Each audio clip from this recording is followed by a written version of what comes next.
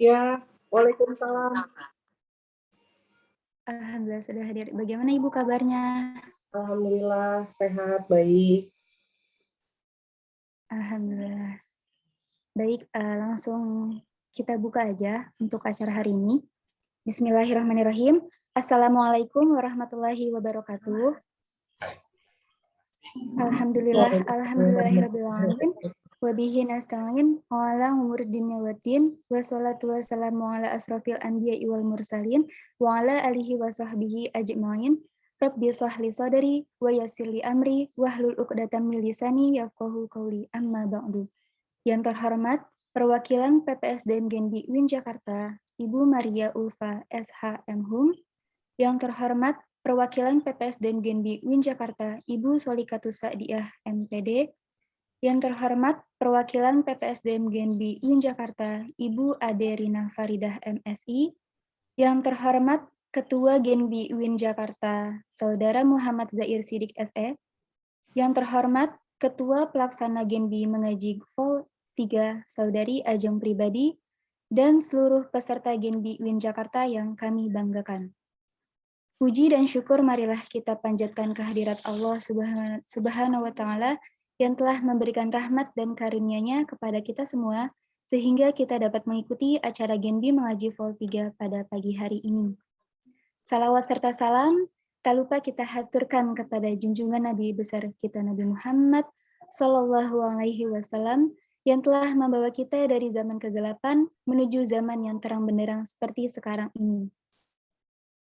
Sebelumnya perkenalkan, saya Nadia Dianti selaku Master of Ceremony pada acara Genbi Mengaji Vol 3 kali ini dengan tema Let's Brighten Our Future with Islamic Economics. Selanjutnya, izinkan saya untuk membacakan rangkaian acara pada pagi hari ini. Yang pertama adalah pembukaan, kemudian dilanjutkan dengan sambutan-sambutan. Yang ketiga adalah pemaparan materi dan sesi tanya-jawab. Kemudian dilanjutkan dengan penyerahan sertifikat. Yang kelima adalah sesi dokumentasi. Dan yang terakhir doa dan penutup. Baik, acara selanjutnya adalah sambutan dari Ketua Genbi UIN Jakarta oleh Saudara Muhammad Zair Sidik SE. Kepadanya kami persilahkan. Baik, terima kasih banyak Nadia. Bismillahirrahmanirrahim. Assalamualaikum warahmatullahi wabarakatuh. Waalaikumsalam warahmatullahi wabarakatuh. Alhamdulillahirrabbilalamin. Wabihi nasta'inu ala umuri dunya waddin. Salatu wassalamu ala asrofil anbiya'i wal mursalin sayyidina wa maulana Muhammadin wa ala alihi wa sahbihi ajmain, amma ba'd. Puji syukur marilah kita panjatkan kehadirat Allah Azza wa Jalla yang telah melimpahkan kita rahmat serta karunia-Nya sehingga pada pagi hari ini kita semua dapat berkumpul secara daring. Salawat besertakan salam selalu tercurah juga kepada baginda Nabi besar Muhammad Sallallahu Alaihi Wasallam serta keluarga dan para sahabatnya, dan semoga kita semua yang hadir di meeting room Zoom pada hari ini mendapatkan syafaat beliau di awil akhir nanti. Amin, amin ya rabbal alamin. Yang saya hormati Ibu Maria Ulfa SHM Hum, yang saya hormati Ibu Solehatus Sa'diah MPD, dan yang saya hormati Ibu Aderina Faridah MSI, dan pemateri Ibu Dr. Kurnia Ningsih LC ME SY. Dan juga teman-teman Genbi yang saya cintai dan saya banggakan. Sebelumnya saya ingin berterima kasih terlebih dahulu kepada teman-teman Genbi UIN Jakarta yang telah menyelenggarakan acara ini dengan baik, dan mudah-mudahan acara ini dapat berlangsung dengan lancar dan juga teman-teman bisa mendapatkan nantinya pembekalan materi seputar keislaman. Karena tujuannya Genbi Mengaji ini adalah tidak lain dan tidak bukan untuk meningkatkan keimanan serta ketakwaan teman-teman dari Genbi UIN Jakarta itu sendiri. Dan alhamdulillah kepada pemateri saya ucapkan terima kasih banyak telah meluangkan waktunya, Ibu Prila. Semoga nanti pemaparan yang disampaikan oleh beliau dapat menambah khazanah keilmuan dari teman-teman semuanya, terutama seputar ekonomi syariah. Karena pada dasarnya selama ini yang kita pelajari tentang konsep inklusi keuangan ini banyak sekali kita pelajari dengan hal-hal yang berbau konvensional. Padahal dalam Islam sendiri, Islam sudah mengatur bagaimana caranya kita melakukan muamalah dalam kehidupan sehari-hari, termasuk juga dalam kehidupan ekonomi. Sebagaimana kita tahu bahwa ekonomi sendiri adalah aspek-aspek yang berhubungan dengan produksi, distribusi, serta konsumsi. Dan yang nantinya bakal kita dalami terkait dengan ekonomi syariah itu seperti apa, dan hal-hal yang dilarang secara Islam itu seperti apa nantinya dalam ekonomi, tidak menyangkut unsur riba, unsur gharar maupun maisir. Jadi teman-teman semuanya, saya harapkan ketika nantinya materi menerangkan, teman-teman bisa menangkap ilmu-ilmu yang nantinya akan diberikan. Mungkin itu aja sambutan yang bisa saya sampaikan. Kurang lebihnya mohon maaf. Assalamualaikum warahmatullahi wabarakatuh.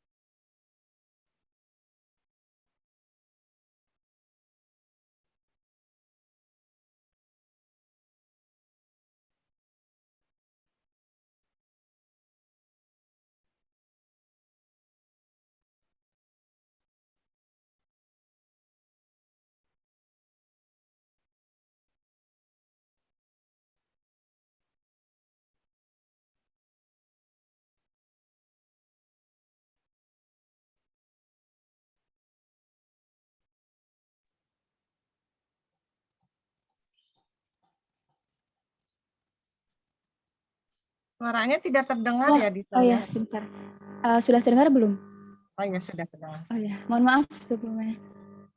Baik, saya ulangi. Acara selanjutnya yaitu sambutan dari PPSDM Genbi UIN Jakarta kepada Ibu Maria Ulfa SHM Hum. Waktu dan tempat kami persilahkan. Baik, terima kasih Nadia Duyanti sebagai MC.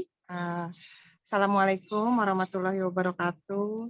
Waalaikumsalam warahmatullahi wabarakatuh. Selamat pagi Waalaikumsalam semuanya. warahmatullahi wabarakatuh. Salam sejahtera, sehat-sehat untuk kita semua. Amin. Yang saya hormati narasumber hari ini, Ibu Prila Putri. Selamat datang kami ucapkan di acara pengajian Genbi ini, generasi pembaharu. Generasi baru atau generasi pembaharu, Zahir? Generasi baru, Ibu. Generasi baru Indonesia. Ya, Genbi ini adalah organisasi mahasiswa UIN Jakarta sebagai penerima beasiswa Bank Indonesia. Dan saya ucapkan terima kasih juga kepada beberapa dosen pengurus PPSDM sebagai pembina Genbi yang hadir di acara ini, dan juga kepada pengurus Genbi UIN Jakarta dan panitia yang menyelenggarakan acara ini. Saya ucapkan terima kasih. Saya mewakili Pusat Pengembangan Sumber Daya Manusia atau PPSDM UIN Jakarta selaku pembina Genbi yang menaungi Genbi UIN Jakarta di UIN, yaitu melalui PPSDM. Saya sangat senang menghadiri acara pengajian ini, dan saya senang pengajian ini berjalan reguler sebagai salah satu program kerjanya. Dan tentu saja pengajian ini berbeda dengan pengajian-pengajian organisasi mahasiswa lainnya, baik yang di UKM ataupun yang di ekstra kampus. Kenapa? Karena ini Genbi. Genbi itu adalah komunitas mahasiswa penerima beasiswa, di mana salah satu fungsinya adalah kepanjangan tangan dari Bank Indonesia, sehingga ada visi misi keekonomian Bank Indonesia di situ. Nah, seperti tema hari ini, temanya tentang untuk mendalami lebih jauh tentang ekonomi syariah. Let's write our knowledge about Islamic knowledge gitu ya. Ya.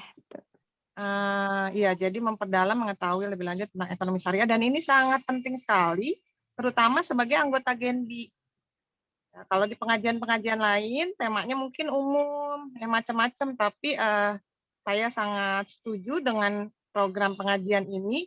Ke depan tema-temanya yang memang sangat terkait dengan kegiatan Genbi, ya, tentang perekonomian, ekonomi Islam, dan program-program yang terkait perbankan.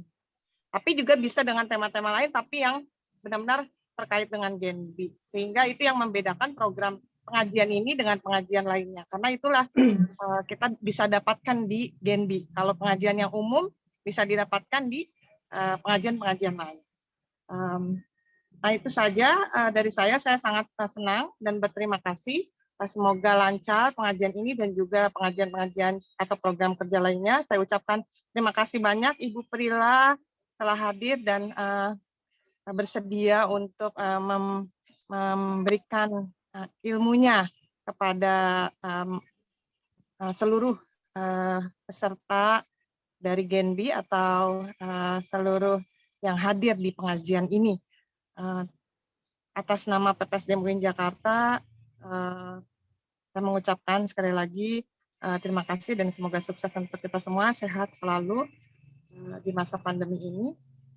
Saya tutup.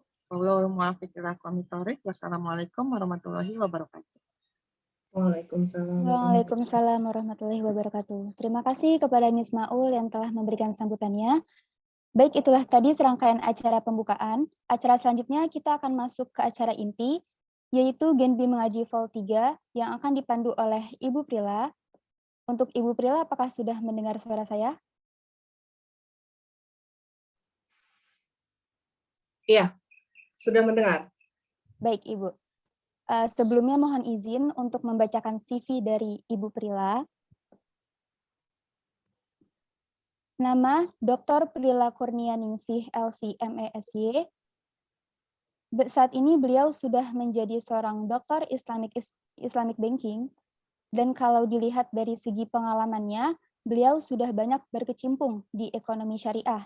Di antaranya adalah sebagai dosen ekonomi syariah FEB UIN Syarif Hidayatullah Jakarta tahun 2017 sampai saat ini, kemudian menjadi ketua pembina lisensi UIN Syarif Hidayatullah Jakarta tahun 2018 sampai saat ini. Baik. Kemudian Wakil Ketua Korps Daiyah Muslimah Pengurus Pusat Himpunan Dai Muda Indonesia tahun 2021 sampai 2025. Kemudian menjadi anggota Asosiasi Dosen Ekonomi Syariah tahun 2019 sampai saat ini. Kemudian sebagai owner dari Fresh Tea Mart tahun 2019 sampai saat ini, dan sebagai property entrepreneur tahun 2019 sampai saat ini. Wah, luar biasa sekali ya teman-teman. Yuk kepada teman-teman untuk dapat menyimak dengan baik agar ilmu yang diberikan oleh Ibu Prila pada pagi hari ini dapat terserap dengan baik oleh kita semua. Sebelumnya, kita akan ada sesi foto bersama terlebih dahulu. Mohon izin kepada Ibu Prila, kepada teman-teman untuk diaktifkan semua kameranya, karena akan ada sesi dokumentasi. Yuk, boleh yuk on cam teman-teman.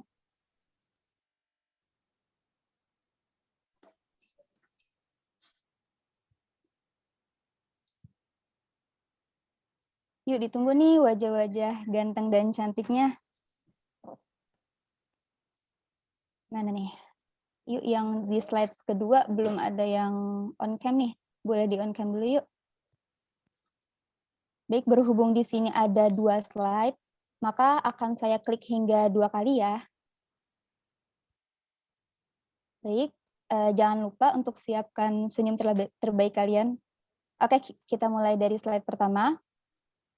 Saya hitung dalam hitungan ketiga. 1, 2, 3. Oke, baik. Untuk slide kedua, saya hitung dalam hitungan ketiga.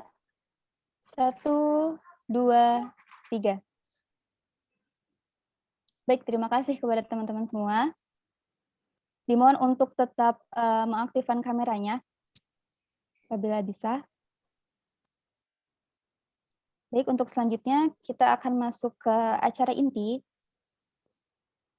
Kepada Ibu Prila, waktu dan tempat kami persilahkan. Oke, bismillahirrahmanirrahim. Assalamualaikum warahmatullahi wabarakatuh. Apakah Waalaikumsalam. suara Ibu terdengar dengan jelas ya? Sudah Ibu, sudah terdengar dengan Sudah jelas? ya? Ya.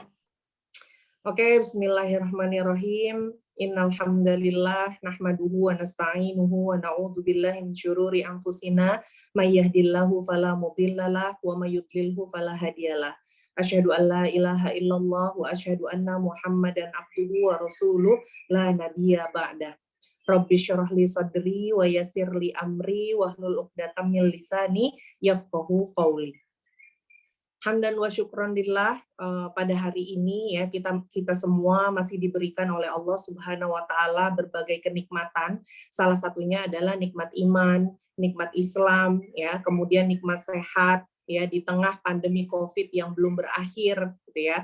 Dan juga nikmat silaturahmi walaupun dengan online, tapi tidak mengurangi pahala silaturahmi yang memang dijanjikan oleh Allah Subhanahu wa taala. Man ahabba ayyub satolahu fi rizkihi wa yunsa'alahu fi umurihi falyasil rahimahu. Barang siapa yang mau atau barang siapa yang suka Allah panjangkan umurnya dan Allah luaskan rizkinya, maka sambunglah silaturahmi. Itu janji Allah Subhanahu wa taala, dan kita insya Allah mendapatkan pahala, mendapatkan umur yang panjang dan juga mendapatkan rizki yang luas dari Allah Subhanahu wa taala. Maka tidak ada satu alasan pun untuk kita pada hari ini tidak bersyukur kepada Allah Subhanahu wa taala. Maka dari itu kita mengucapkan ya dengan mudah zikir kepada Allah, yaitu dengan hamdalah, alhamdulillah. Salawat serta salam marilah kita haturkan kepada Nabi besar Muhammad SAW, manusia terbaik, suri tauladan bagi seluruh umat manusia, manusia pilihan Allah Subhanahu wa taala, yang jika kita mengikuti apa-apa yang diajarkan oleh Allah Subhanahu wa taala dan apa-apa yang diajarkan oleh Rasulullah Shallallahu alaihi wasallam, maka kita pasti akan mendapatkan kehidupan di dunia ini gitu ya, ketenangan, kesejahteraan, ya, kedamaian, keadilan, bahkan kebahagiaan di dunia maupun di akhirat.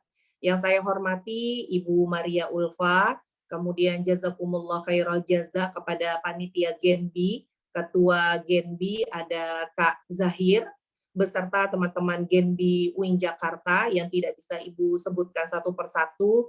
Semoga dengan adanya silaturahmi online pada hari ini, itu akan menjadi pemberat timbangan amal kita semua di yaumil akhir. Amin ya robbal alamin.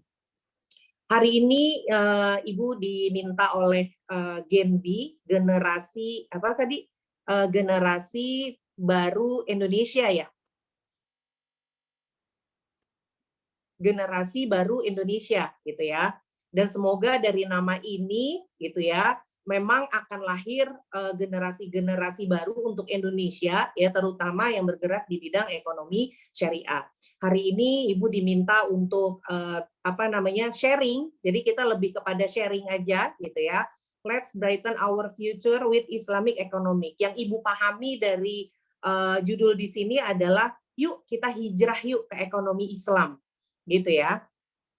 Jadi kalau kita ketahui bersama, apalagi di pandemi COVID-19 yang sudah masuk ke tahun kedua ya, mau 2 tahun ini gitu ya, pandemi COVID-19 itu banyak sekali perubahan di Indonesia. Salah satunya adalah ketika tahun pertama di bulan April gitu ya, itu banyak terkena karyawan gitu ya, atau buruh-buruh itu banyak yang terkena dampak PHK gitu ya. Penurunan penghasilan, hilangnya penghasilan itu salah satu dari dampak pandemi COVID-19. Kemudian pada akhirnya dari dampak tersebut ya muncullah ya tantangan-tantangan ya, bagaimana ini tantangan-tantangan ini dihadapi oleh masyarakat muslim juga gitu ya. Tantangan yang seperti apa? Banyaknya akhirnya karena tidak ada uang gitu ya untuk makan, kemudian akhirnya pinjam meminjam gitu ya. Pinjam meminjam itu bagaimana? Akhirnya banyak dari masyarakat kita yang akhirnya itu mencoba aplikasi pinjam meminjam yang akhirnya di situ terjerat oleh riba. Karena memang tantangan kita saat ini bukan hanya sekedar teori, yuk kita ke ekonomi Islam, yuk kita balik ke ekonomi syariah, nggak hanya sekedar itu tantangannya, tapi lebih kepada mampu nggak sih untuk ngejalanin dan menghadapi tantangan tersebut.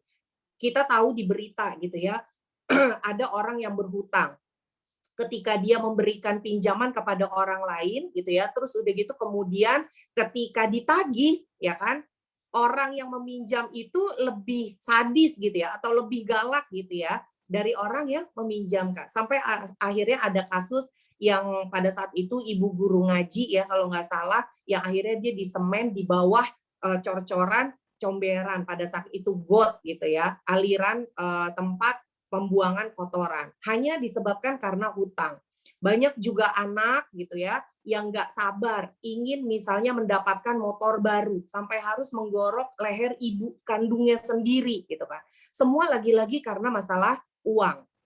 Ditambah lagi tantangannya kalau kita lihat di Instagram misalnya gitu ya, kemudian di TikTok misalnya, orang-orang itu menggembar-gemborkan adalah sesuatu hal-hal yang memang kesenangan duniawi, sehingga memang sifatnya manusia gitu ya, ada rasa keinginan gitu ya, pengen deh punya ini, pengen deh punya itu gitu ya, yang akhirnya ya ujung-ujungnya adalah adakah ketersediaan dana sehingga akhirnya yang tadinya keinginan gitu ya, kemudian menjadi sebuah kebutuhan yang dipaksakan, akhirnya melewati jalur-jalur yang tidak sesuai dengan syariat Islam. Salah satunya adalah dengan aplikasi pinjam meminjam. Ini ada sedikit contoh gitu ya, di salah satu komplek perumahan ibu gitu ya, ada salah satu warga yang mencoba untuk meminjam di aplikasi pinjaman gitu ya, mencoba di aplikasi pinjaman karena pada saat itu efek dari pandemi Covid ini dia terdampak usahanya ya, dan dia harus membutuhkan modal dan dia bingung untuk mencari pinjaman ke siapa, akhirnya dia mencoba aplikasi pinjol itu ya, pinjaman online gitu ya. Kemudian dia masukkan datanya, kemudian lengkap semuanya apa-apa yang diminta gitu kan. Tapi ternyata tidak bisa diakses gitu ya. Tidak bisa diakses artinya dia tidak bisa dapat mencarikan dana gitu kan. Tapi ternyata gitu ya, ketika dia sudah masukin data itu semua, kan dana dia tidak dapat nih, dana tidak. Tapi 2 hari kemudian dia mendapatkan SMS bahwa dana telah cair ke rekeningnya gitu ya, dan dia itu dimaki-maki untuk bisa mengembalikan tagihannya. Padahal tidak ada rekening yang masuk ke orang tersebut.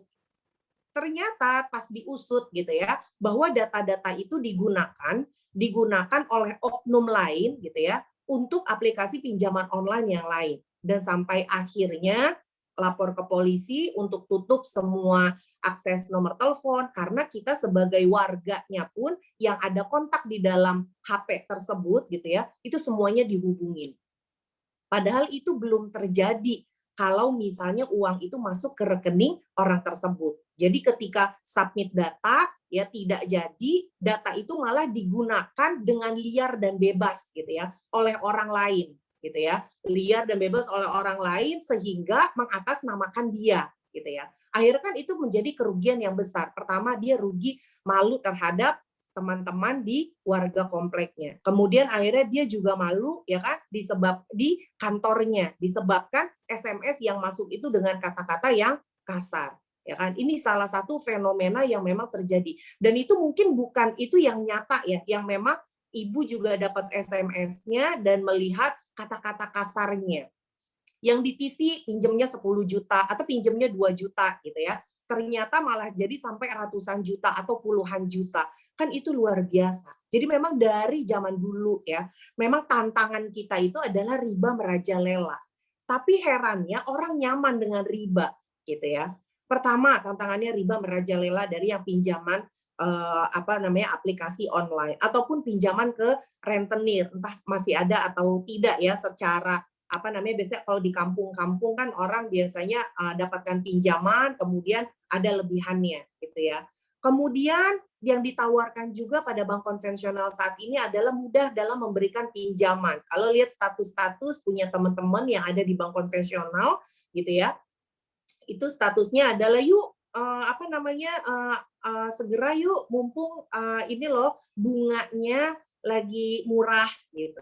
Jadi mudah dalam memberikan pinjaman dan semuanya juga dipermudah, administrasi apa segala macam mudah dalam memberikan pinjaman. Padahal nggak paham kalau itu adalah jebakan gitu ya.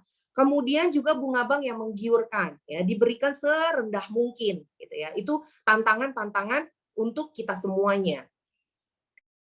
Dari tadi yang banyak kasus gitu ya, dari melihatnya antara gap yang kaya makin kaya, kemudian yang miskin juga makin miskin gitu ya. Yang kaya contohnya kalau misalnya dia punya uang kemudian didepositoin ya, kemudian dia hanya hidup atau mengambil kehidupannya itu hanya dari bunganya gitu ya. Dan uang itu tidak diputar karena pada dasarnya uang itu harusnya diputar. Uang itu harusnya sifatnya mengalir, flow konsep gitu ya, agar berputar ini perekonomian di dunia.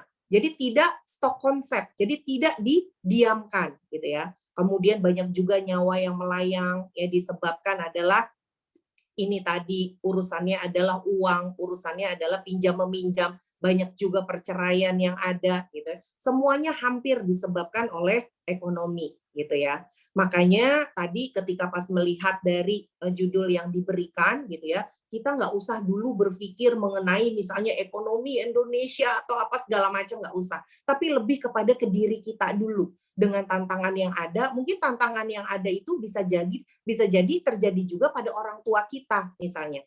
Bisa jadi terjadi juga pada saudara-saudara kita yang terlilit hutang, yang terlilit riba, yang kejebak dengan terbelitnya pinjaman bank gitu ya, dan segala macam gitu ya. Maka balik lagi dulu nih ke diri kita sebagai seorang muslim, niatnya dulu. Kalau emang kita mau balik ke ekonomi Islam, mau menjalankan ekonomi syariah, pertama niatnya dulu. Karena kalau misalnya niatnya nggak benar gitu ya, niatnya kurang, setiap tantangan yang ada di depan mata gitu ya, setiap tantangan nanti kehidupan yang ada itu pasti akan goyah. Tapi kalau niatnya kuat, insya Allah gitu ya.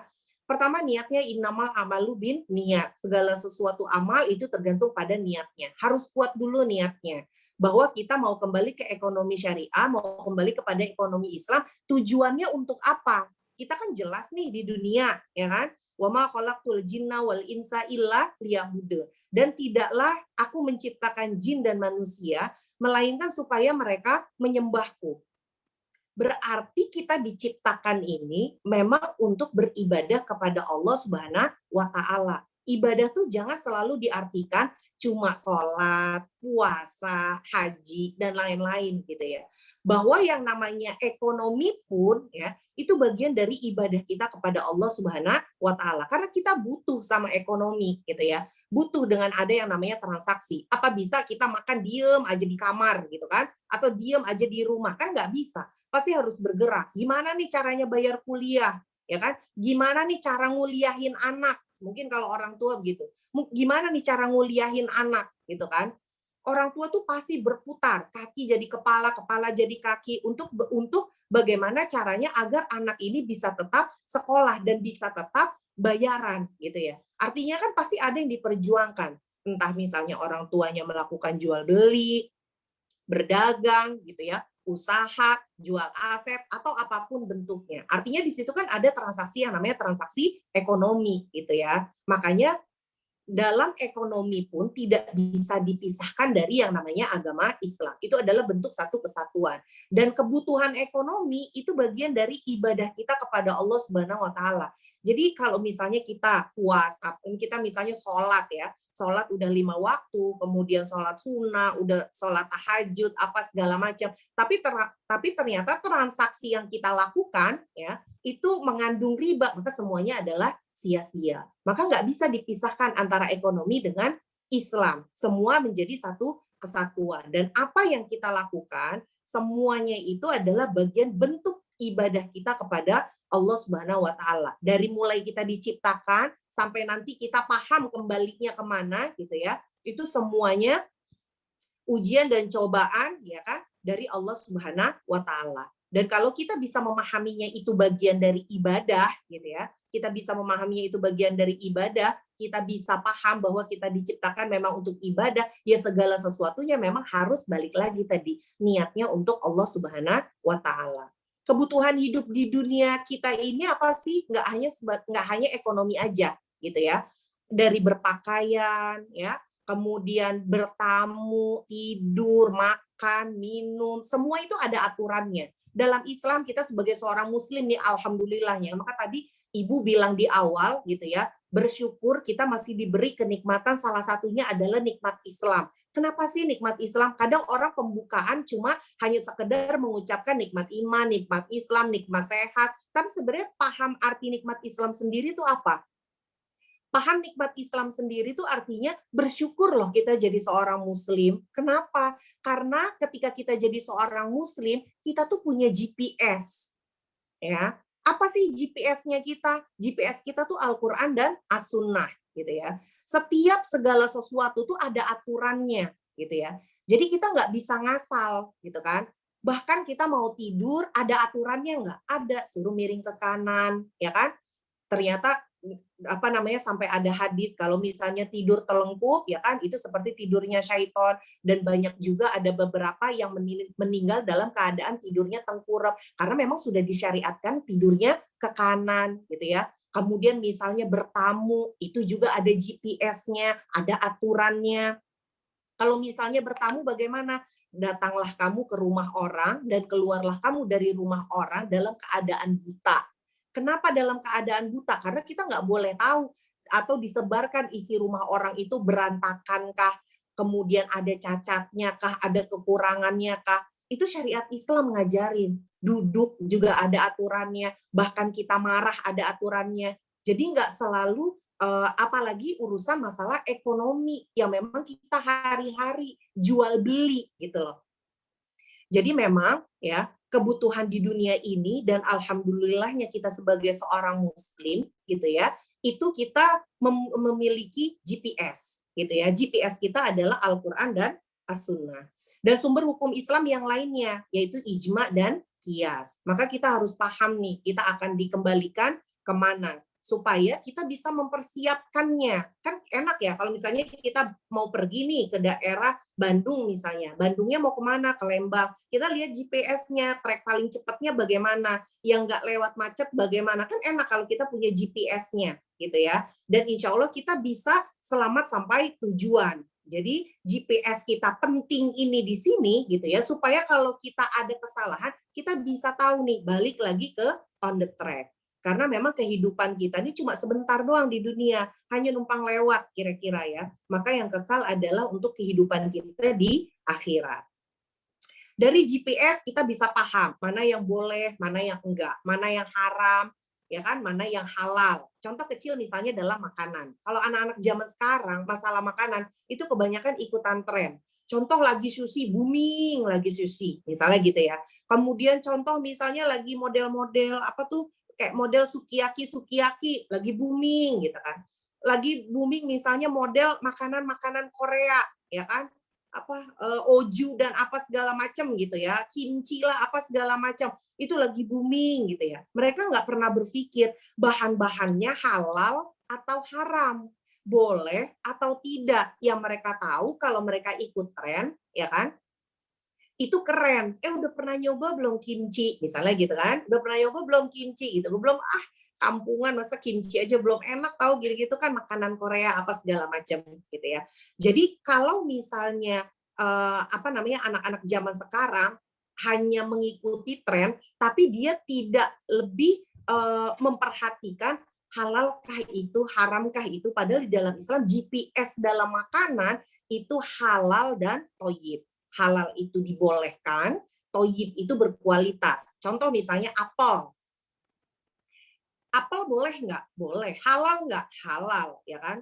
Itu berarti dia halal. Kemudian ada apel busuk, ya kan? Tadi dasarnya apel boleh dan halal. Tapi ketika apel itu busuk, ya kan, itu dia toyib apa enggak, berkualitas apa enggak? Enggak. Berarti enggak boleh untuk dimakan. Dimakan aja enggak boleh, apalagi untuk diperjualbelikan, gitu ya. Jadi Islam sebegitunya ngatur untuk urusan kehidupan kita, ya mungkin dari ujung rambut sampai ujung kaki, gitu ya. Itu ada aturannya. Supaya apa? Balik lagi untuk kemaslahatan kita semua. Itu dari hal sepele masalah makanan gitu ya, ada aturannya, ada halal gitu ya, dan juga toyib. Halal itu diperbolehkan, toyib itu harus yang berkualitas. Nasi contohnya, beras misalnya, halal nggak beras? Beras halal, boleh nggak? Boleh gitu ya. Tapi ya kan, ketika misalnya dia proses mendapatkannya dengan mencuri misalnya, ya kan, dengan tidak halal gitu kan, maka hukumnya menjadi haram. Karena Islam tuh benar-benar ngatur gitu ya, untuk mendapatkan sesuatu tuh prosesnya, zatnya, dasarnya harus halal, kemudian prosesnya juga harus benar gitu kan, supaya apa yang dimakan, apa yang diasup, apa yang jadi di badan kita itu menjadi baik. Contoh, suatu ketika ibu sedang berkunjung ke salah satu rumah teman suami ibu yang kebetulan teman tersebut itu memiliki binatang peliharaan ya. Jadi binatang peliharaannya itu banyak. Beliau itu pecinta binatang. Sampai ada anjing yang beliau pelihara, padahal beliau muslim ya.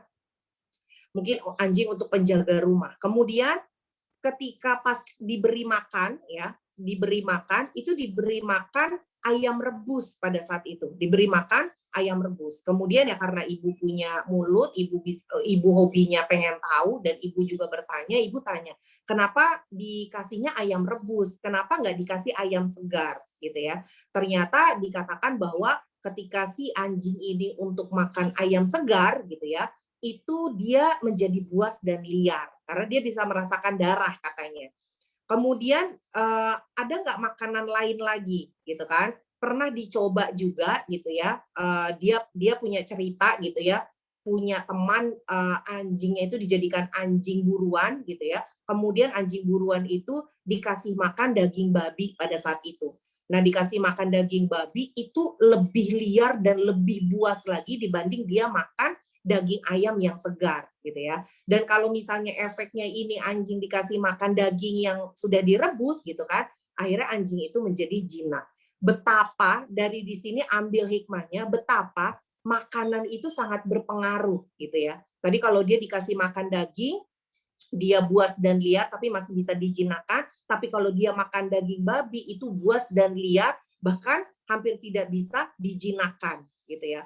Bagaimana kalau misalnya makanan-makanan yang sudah Allah tetapkan haram itu masuk ke dalam tubuh kita gitu ya. Dari hal-hal yang kecil, minyak babi kah, kalau tadi yang Ibu cerita mengenai tren-tren makanan ya, minyak babi kah, kemudian dari bahan-bahan alkohol kah atau segala macam gitu. Kemudian jadi di dalam diri kita. Ya salah satu efek dampaknya adalah pertama karakter kita menjadi keras ya, sulit untuk diberikan nasihat. Kemudian yang kedua adalah diri kita ketika berdoa kepada Allah Subhanahu wa taala itu menjadi tertolak.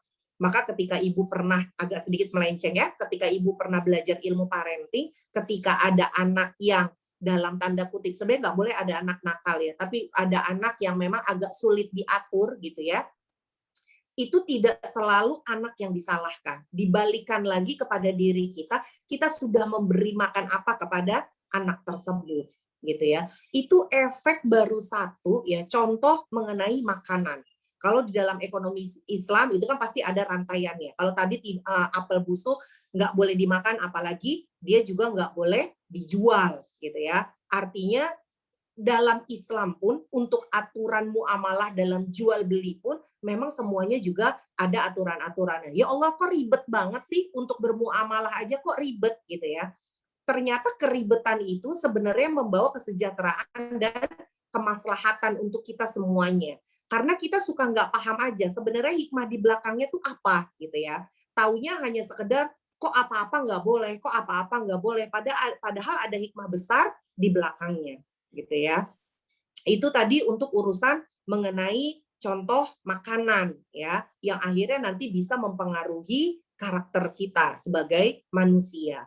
Maka bagaimana sih kalau misalnya kita ini gitu ya, patokannya adalah ada dalam sebuah hadis Rasulullah itu ya kan, tidak akan bergeser kedua kaki seseorang pada hari kiamat ya, sehingga dia akan ditanya tentang 4 perkara.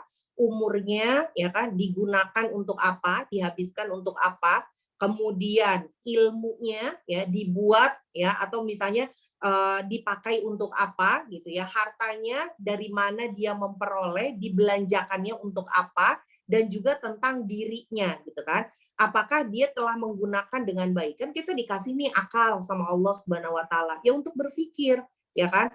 Jangan misalnya kita hidup ini dalam rangka ikut-ikutan gitu ya. Oh, misalnya kayak misalnya contoh kalau dalam ekonomi Islam misalnya GoPay misalnya. Bonus dalam GoPay kayak gimana sih misalnya?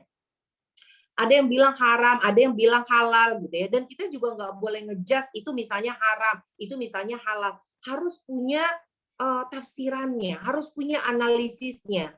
Kenapa dia haram, kenapa dia halal, baru kita bisa mengambil sebuah hukum. Kalau kita nggak paham di daerah situ, ya kan, kita bisa tanya kepada ahlinya, kita bisa tanya kepada pakarnya, gitu ya. Kemudian masalah ilmu, gitu ya. Nanti ilmu dihabiskan untuk apa? Ya kita belajar, apalagi ini Genbi dari anak-anak beasiswa Bank Indonesia, gitu ya. Pasti akan mendapatkan keilmuan juga yang lebih. Nah, nanti untuk di-sharing-nya seperti apa gitu loh. Jadi jangan sampai kita gitu ya, apalagi para pemuda gitu ya, sudah mendapatkan ilmu hanya mengendap aja dan akhirnya menguap begitu saja. Kita tidak bisa men-share atau mendelivery ilmu tersebut kepada masyarakat yang memang membutuhkan. Karena banyak sekali sekarang masyarakat-masyarakat itu yang memang nggak paham dengan apa yang namanya riba, nggak paham misalnya misalnya kalau misalnya apakah hukum ini dibolehkan atau tidak, cashback boleh atau tidak, jasa titip boleh atau tidak. Nah kita nih generasi-generasi kita, walaupun kita bukan di prodi misalnya Fakultas Ekonomi dan Bisnis, tapi karena ekonomi itu kebutuhan bagi setiap muslim, maka wajib paham gitu ya. Kan bukan berarti kalau orang misalnya yang ada di Fakultas Tarbiyah, kemudian dia nggak boleh jual beli, kan nggak mungkin gitu kan. Pasti dia kan juga melakukan jual beli untuk mendapatkan keuntungan, untuk bisa menjadikan modal, untuk bisa berputarnya uang gitu kan. Berarti dia juga harus paham mengenai ekonomi syariah. Dia juga harus paham aturan-aturan dalam ekonomi Islam itu seperti apa gitu ya. Jadi ilmu ya. Jadi jangan ada alasan kan saya kuliahnya misalnya di fakultas kedokteran, saya nggak paham, ya nggak bisa. Nah itu tadi di dalam jasad Allah kasih kita akal ya kan untuk kita bisa menimba ilmu, jadi nggak ada alasan karena kita bukan di zamannya para sahabat yang ketika ingin menimba ilmu itu harus melewati dari satu lembah ke lembah yang lain ya. Sekarang ada Google, tinggal searching, ada aplikasi fikih muamalah, tinggal searching gitu kan. Ada yang nggak paham, tinggal searching, kemudian nggak ngerti fatwanya apa juga tinggal searching gitu ya. Semuanya Allah mudahkan. Jadi tidak ada alasan untuk tidak kita menuntut ilmu atau tidak ada alasan untuk kita ada alasan kalimat nggak tahu gitu ya. Itu tadi. Kemudian ditanya juga menghabiskan umurnya untuk apa ya, dengan akhirnya kita bisa memahami bahwa hal-hal yang tidak dibolehkan dalam ekonomi Islam, salah satunya riba, sehingga kita bisa mempertanggungjawabkan nanti umur kita itu dihabiskan untuk apa gitu ya. Nah, sebelum kita jauh tadi gitu ya dari hadis tersebut ya, sebelum kita bisa memahami misalnya akad-akad dalam Islam, sebelum kita memahami bagaimana sih aplikasi langsung turun gitu ya dalam hal bertransaksi bermuamalah dalam Islam, kita harus paham dulu yang namanya konsep harta dalam Islam gitu ya. Bahwa harta dalam Islam ini adalah harta yang ada di muka bumi ini adalah mutlak milik Allah Subhanahu wa taala. Kadang orang ya ketika misalnya dia dikasih fasilitas oleh Allah Subhanahu wa taala, sehat secara fisik, jasmani, kemudian punya akal yang sehat gitu ya, kemudian dia bekerja atau dia berdagang gitu ya, terus udah gitu kemudian dia menghasilkan keuntungan atau dia menghasilkan uang misalnya. Kemudian ketika dia menghasilkan uang, biasanya di situ dicoba gitu ya. Padahal uang yang harusnya ada di kita itu tidak mutlak sepenuhnya itu milik kita. Ada hak-hak orang lain. Maka cara mengeluarkan harta yang sudah kita dapat itu melalui zakat, ya, infak, sedekah, dan wakaf, gitu ya. Jadi kita sebagai muslim, kayak misalnya contoh orang tua dan anak. Orang tua kan itu mengayomi anaknya, gitu kan. Ada hak anaknya. Jadi orang tua, harta yang didapatkan dari orang tua itu pasti ada hak anaknya untuk dia kasih makan, untuk dia bayar sekolah dan lain-lain. Begitupun juga kita sebagai seorang muslim. Ketika kita mendapatkan harta, gitu ya, ketika mendapatkan harta, maka ada hak yang harus kita naungi sebagai seorang muslim kepada saudara kita yang lainnya, yaitu adalah ada di 8 golongan itu tadi, ya. Golongan asnaf yang memang itu berhak juga mendapatkan rizki dari kita. Jadi kalau kata Allah gitu kan, jadi kalau kata Allah, coba kamu lihat, ada saudara-saudara kamu yang harus kamu naungi, gitu kan. Saya titipkan harta di kamu, untuk kamu juga bisa memberikan hak-haknya mereka. Tapi itu bahkan suka terlupakan. Kenapa? Karena orang berpikir ketika misalnya orang itu sudah mendapatkan sesuatu hasil, gitu ya, sudah mendapatkan suatu harta, pasti akan berpikir, kan saya yang usaha, ya milik saya, gitu. Akhirnya semuanya itu nggak berpikir bahwa harta itu adalah milik Allah dan kita cuma hanya dititipi oleh Allah Subhanahu wa taala. Dan itu adalah sebagai amanah. Makanya kan ada kalimat la in syakartum la azidannakum, gitu kan.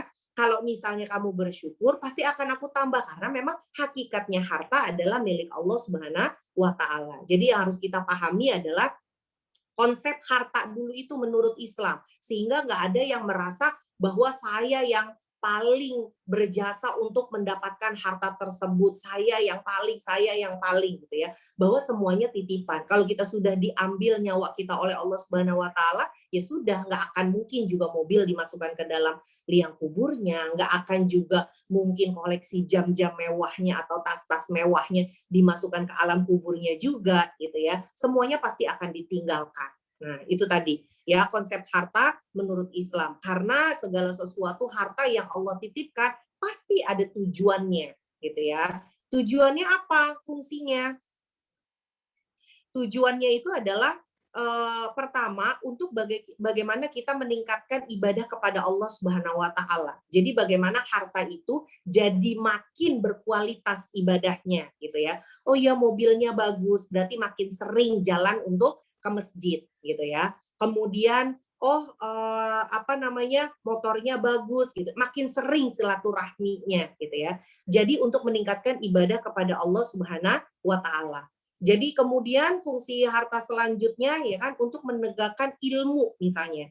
Contoh kayak misalnya kalau kita ya alhamdulillah ya di Genbi ini kan mendapatkan beasiswa dari Bank Indonesia. Itu bagian juga dari rizki Allah Subhanahu wa taala ya, yang harusnya kita bayar kuliah tapi dibiayai oleh Bank Indonesia gitu ya. Dan jangan pernah khawatir yang namanya berilmu ya kan, itu takut kehabisan yang namanya harta. Oh, mau masuk S2, ya Allah kok bayarannya per semester sampai puluhan juta ya. Mau ikut S3, ya Allah kok ternyata bayarannya sampai seperti ini ya. Belum lagi bayar anak sekolah, belum lagi gitu ya. Tapi berpikir bahwa yang namanya konsep rizki itu Allah yang memberikan. Ingat aja konsepnya cicak ya. Jadi kadang kita harus belajar dari hal-hal yang sepele gitu ya. Kayak misalnya konsepnya cicak gitu ya. Cicak, maksudnya apa konsepnya cicak? Cicak itu rantai makanannya itu kan nyamuk ya, nyamuk atau laron gitu ya. Dan itu rantai makanannya semuanya itu memiliki sayap. Iya nggak sih? Harusnya kalau Allah mau adil, kalau rantai makanannya itu bersayap gitu ya, berarti otomatis cicaknya pun harus bersayap karena memang rantai makanannya bersayap. Tapi kan ada di dalam lagu cicak-cicak di dinding itu ya kan, diam-diam merayap ya kan. Maksudnya di sini adalah Allah tuh mau lihat prosesnya. Nanti kalau Allah mendatangkan seekor nyamuk gitu ya, seekor nyamuk berarti itu rizki yang Allah berikan. Jadi konsep cicak di sini adalah kita diaplikasikan ke kitanya gitu ya. Kita itu yang dilihat oleh Allah Subhanahu wa taala adalah prosesnya. Benarkah prosesnya? Baikkah prosesnya? Sesuai atau enggak? Nanti urusan rizki itu biar Allah yang mendatangkan gitu ya. Begitu juga dengan kita menuntut ilmu tadi, gitu ya. Ketika kita menuntut ilmu, bersyukur, alhamdulillah, gitu ya. Selama dari S1, S2, dan S3, gitu ya, ibu tidak terlalu mengeluarkan untuk mengeluarkan harta, gitu ya. Maksudnya mengeluarkan harta untuk menuntut ilmu itu berlebih, gitu ya. Artinya apa? Yakin aja dulu, bismillahirrahmanirrahim, pasti ada jalannya untuk S1, S2, dan S3. Ketika S1, ternyata Allah memberikan 9 tahun ibu mendapatkan beasiswa. Artinya gitu ya, ketika ibu lolos dari beasiswa tersebut, gitu ya Allah minta untuk kamu benar-benar supaya sungguh-sungguh dalam belajar. Kemudian ketika mau coba ikut untuk S2-nya, gitu kan, berjalan semester 1, semester 2 merasakan bayaran, tapi setelah itu mendapatkan beasiswa lagi, gitu ya. Artinya sebenarnya rezeki Allah luas. Kadang yang mengotak-ngotakkan itu adalah pikirannya manusia sendiri, gitu ya. Makanya bagaimana kita mau bergerak pada ekonomi syariah, mau bergerak pada ekonomi Islam, nggak percaya sih sama rezekinya Allah, gitu kan. Karena jadinya nggak percaya, akhirnya beranilah pinjam, pinjam ke bank konvensional, akhirnya pinjam ke aplikasi pinjaman, akhirnya misalnya nggak sabar untuk mendapatkan keuntungan, gitu kan, nggak sabar untuk mendapatkan keuntungan, akhirnya menggunakan cara-cara yang nggak halal, gitu ya. Karena memang harta itu kalau didapatkannya tidak halal, maka hasilnya pun tidak akan baik. Ada contoh kecil, jadi pada suatu ketika ada seorang sahabat, gitu ya, cerita, gitu kan, dia lagi jalan-jalan ke kota tua Jakarta pada saat itu. Kemudian dia lihat ada handphone ketika dia lagi nongkrong itu, kemudian ada handphone. Dilihat kanan kirinya nggak ada orang, dia ambil itu handphone. Karena dia merasa ya udah saya nemu, gitu. Padahal kalau dalam Islam pun barang temuan ada GPS-nya, ada aturannya. Itu disebut dengan barang lukotoh, gitu ya. Ada aturannya.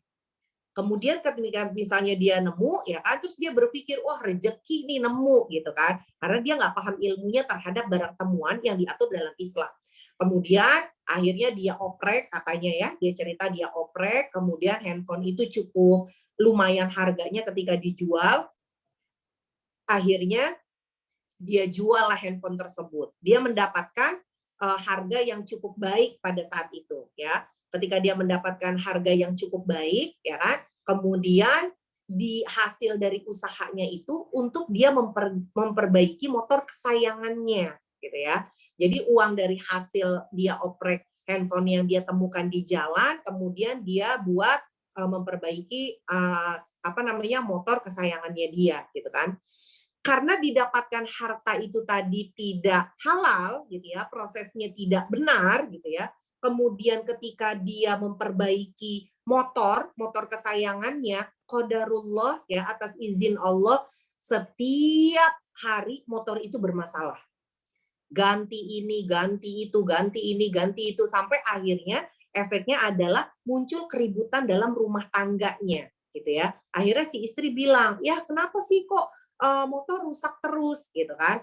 Kenapa, gitu kan? Kok sampai hampir seminggu tuh 2-3 kali untuk ke bengkel, gitu kan? Kenapa sih ya, gitu kan? Akhirnya jadinya uang belanjanya berkurang, gitu kan?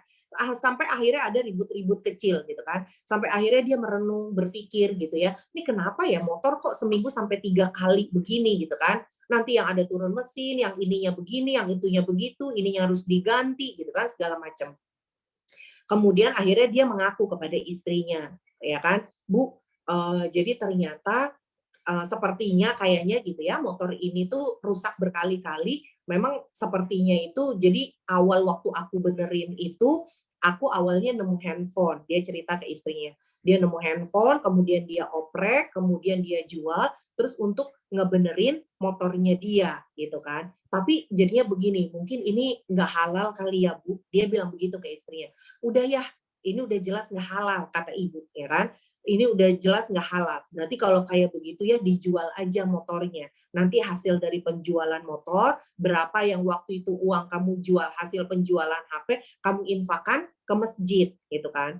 Akhirnya dia sepakat, suami istri, kemudian akhirnya dia jual lah itu motor. Kemudian dari sisa uangnya itu, dia ingat pada saat itu berapa waktu itu dia jual HP, dia kembalikan ke masjid pada saat itu untuk sedekahnya dia, dan dia bertaubat gitu ya. Kemudian dia dijual, ketemu pembelinya ya kan. Kemudian nggak lama, seminggu kemudian iseng nanya sama pembeli barunya gitu kan, gimana motor, ada masalah atau enggak gitu kan. Oh enggak bang, alhamdulillah bagus semua, udah dicek juga sama bengkel katanya bagus semua gitu kan. Oh ya baru seminggu gitu kan. Kemudian dicek lagi ya kan, karena memang temenan, itu yang pembeli juga teman gitu kan. Kemudian dicek lagi sebulan gitu ya, 2 bulan, 3 bulan, dan memang nggak ada apa-apa, aman saja motornya gitu ya.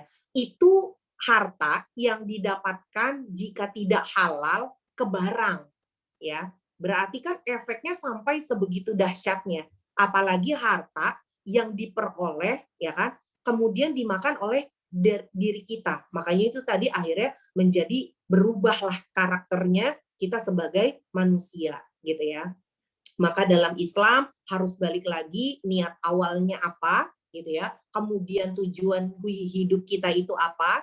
Kemudian yang ketiga, kita paham ya bahwa segala sesuatu yang kita dapatkan, segala sesuatu yang kita usahakan ya, semuanya itu dalam pengawasan Allah Subhanahu wa taala. Makanya untuk supaya mampu ya menghadapi tantangan-tantangan ke depan, tantangan kesulitan ekonomi ke depan gitu ya, harus dari dirinya kita itu dikuatkan gitu ya. Makanya dari materi yang Ibu sampaikan ini dari yang diminta oleh Gendi ya mengenai judul yuk hijrah ke ekonomi, nggak langsung pada akad-akadnya, tapi pada dari diri tiap individunya dulu. Paham nggak dia konsep harta?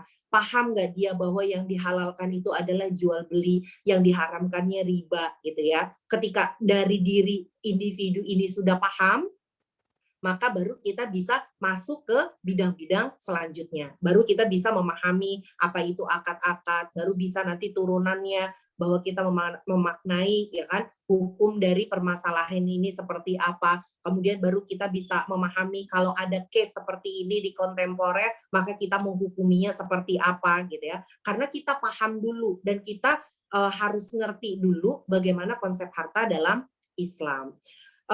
Mungkin materi dari Ibu cukup sekian ya mengenai apa tadi judulnya, Let's Brighten Our Future with Islamic Economics. Semoga bermanfaat. Dari Ibu cukup sekian. Wabillahi taufik wal hidayah. Wassalamualaikum warahmatullahi wabarakatuh.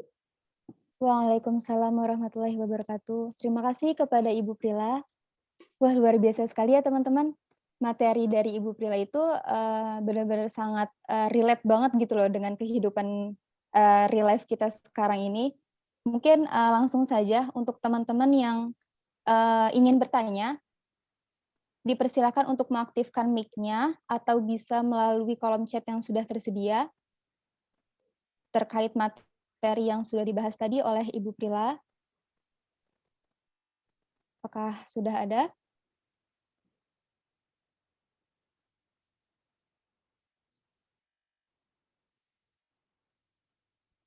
Oke, baik. Insya Allah kayaknya paham semua ya. Insya Allah paham semua, Ibu. Ini ada Pres Zair, raise hand. Dipersilahkan kepada Pres Zair. Baik Ibu, terima kasih banyak atas sesi sharingnya tadi terkait dengan ekonomi syariah ya. Yang mau saya diskusikan di sini Bu, mungkin tadi pemaparan Ibu terkait dengan sistem ekonomi sekarang bahwa masyarakat tidak pernah lepas dari yang namanya hutang, bahkan kredit dan lain sebagainya. Mungkin baru-baru ini kita sering mendengar apa itu peer-to-peer ya. Sistem peer-to-peer ini jadi menghubungkan antara pihak pertama dan pihak kedua ini tanpa adanya perantara atau seperti bank gitu. Jadi langsung. Nah, bahkan yang saya lihat juga ada juga yang namanya peer-to-peer lending secara syariah. Nah, ini saya masih bingung Bu terkait konsepnya bahwa sebenarnya nantinya peer-to-peer lending syariah ini mengambil keuntungannya dari mana kalau bukan dari sistem ribawi atau yang bisa kita sebut mungkin akadnya mungkin akad mudoroba atau mungkin akad bil ujro dan lain sebagainya. Mohon penjelasannya Bu, mohon penjelasannya juga Bu. Lalu juga terkait dengan bahwa di ekonomi Islam itu tidak mengajarkan yang namanya sistem mungkin saving ya, kita mendepositokan uang di bank dan lain sebagainya. Bahwa ekonomi dalam Islam itu sebenarnya tadi yang seperti Ibu jelaskan harus berputar, uang itu harus berputar, bagaimana caranya kita menginvestasikan uang kita pada usaha-usaha lancar atau apa namanya mengalokasikan keuangan kita itu supaya nantinya duit itu dapat bermanfaat, bukan untuk di saving untuk kita gitu. Jadi komposisi yang tepat itu sebenarnya seperti apa sih Bu dalam mengatur keuangan finansial secara Islam? Karena di sini teman-teman kan masih muda nih, mahasiswa, jadi masih panjang nih ke depannya seperti apa. Jadi biar nanti teman-teman semua nih bisa paham cara mengatur keuangan secara Islam itu seperti apa sih idealnya, supaya nanti beli rumah nggak kredit ya kan, amin, terus beli mobil juga nggak kredit dan lain sebagainya. Jadi mungkin Ibu bisa sedikit memberikan pemaparan supaya teman-teman di sini juga bisa mendapatkan apa namanya manfaat dan bahkan bisa mengimplementasikan nanti dari penjelasan yang Ibu berikan. Mungkin itu aja Ibu, terima kasih. Borongan kayaknya nih pertanyaannya dari Kak Zahir, ya kan? Langsung dijawab atau gimana?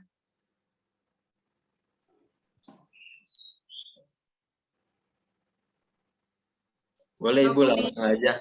Langsung aja dijawab ya. Boleh, Oke, Ibu, kalau makasih mau langsung dijawab. banyak ya. Iya. Makasih banyak ya Kak Zahir atas pertanyaannya. Kalau tadi di dalam perbankan syariah kita udah jelas ya, yang namanya apa namanya transaksi pinjam meminjam ya, itu tidak ada di bank syariah. Dia hanya ada di bank konvensional, ya kan suka ada tuh penawaran kalau misalnya di bank konvensional kita misalnya pinjemnya misalnya 100 juta, kemudian dicicil dengan bunga-bunga yang ada, misalnya mau ambil yang 1 tahun atau misalnya mau ngambil yang 2 tahun, 3 tahun dan sebagainya gitu ya. Tapi kalau misalnya di dalam Islam itu tidak ada untuk yang peminjaman dana tersebut. Biasanya di perbankan syariah, di bank syariah ya, itu bukan ada peminjaman. Dia biasanya menggunakan namanya akad murabahah. Kalau akad murabahah itu kan kalau kita paham bahasa Arabnya ya, murabahah dari kata-kata ribhun ya, yang artinya adalah keuntungan. Artinya keuntungan itu adalah si bank syariah itu mengetahui ya kan, si bank syariah dan orang tersebut yang membutuhkan barang itu dia sama-sama mengetahui, atau secara umum deh jual beli murabahah gitu ya. Artinya penjual dan pembeli sama-sama mengetahui harga pokoknya dan keuntungan yang diambil. Kalau di situ mereka sepakat ya, di situ misalnya mereka sepakat dan dalam keadaan ridho barangnya ada, maka itu terjadi jual beli. Dan itu disebut dengan jual beli murabahah. Jadi jangan dipikir misalnya ya, ini keluar dulu dari konteks bank syariah. Jadi jangan dipikir misalnya kita misalnya beli handphone, dapat handphone 1 juta nih, ya kan? Bagus, handphone 1 juta. Tapi di pasaran ya kan, handphone itu kalau kita jual lagi itu bisa tuh kita dapat 1,7, karena kebetulan kita dapat 1 juta emang pas lagi rezeki aja ada orang butuh jual gitu kan. Kemudian kita dapat nih handphone itu.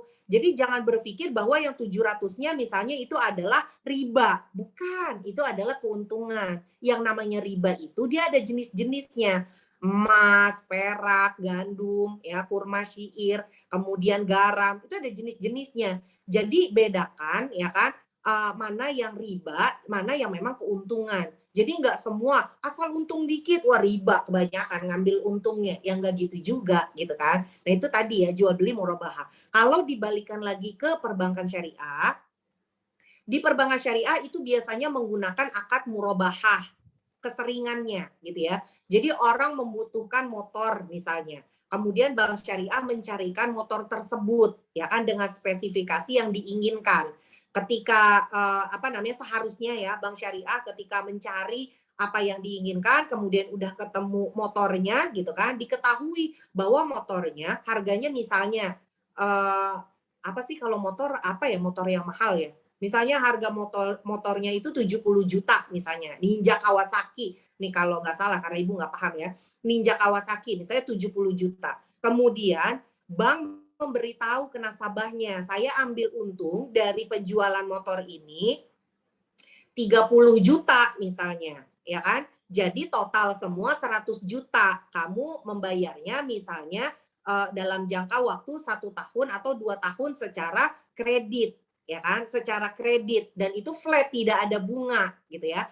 Jadi dari 100 juta itu dijadikan, ya kan, untuk berapa tahunnya dia mencicil. Nah, maka itu disebut jual beli murabahah yang ada di perbankan syariah. Terus di perbankan syariah tuh ada dendanya enggak? Kan itu kredit, ya kan? Itu kan kredit.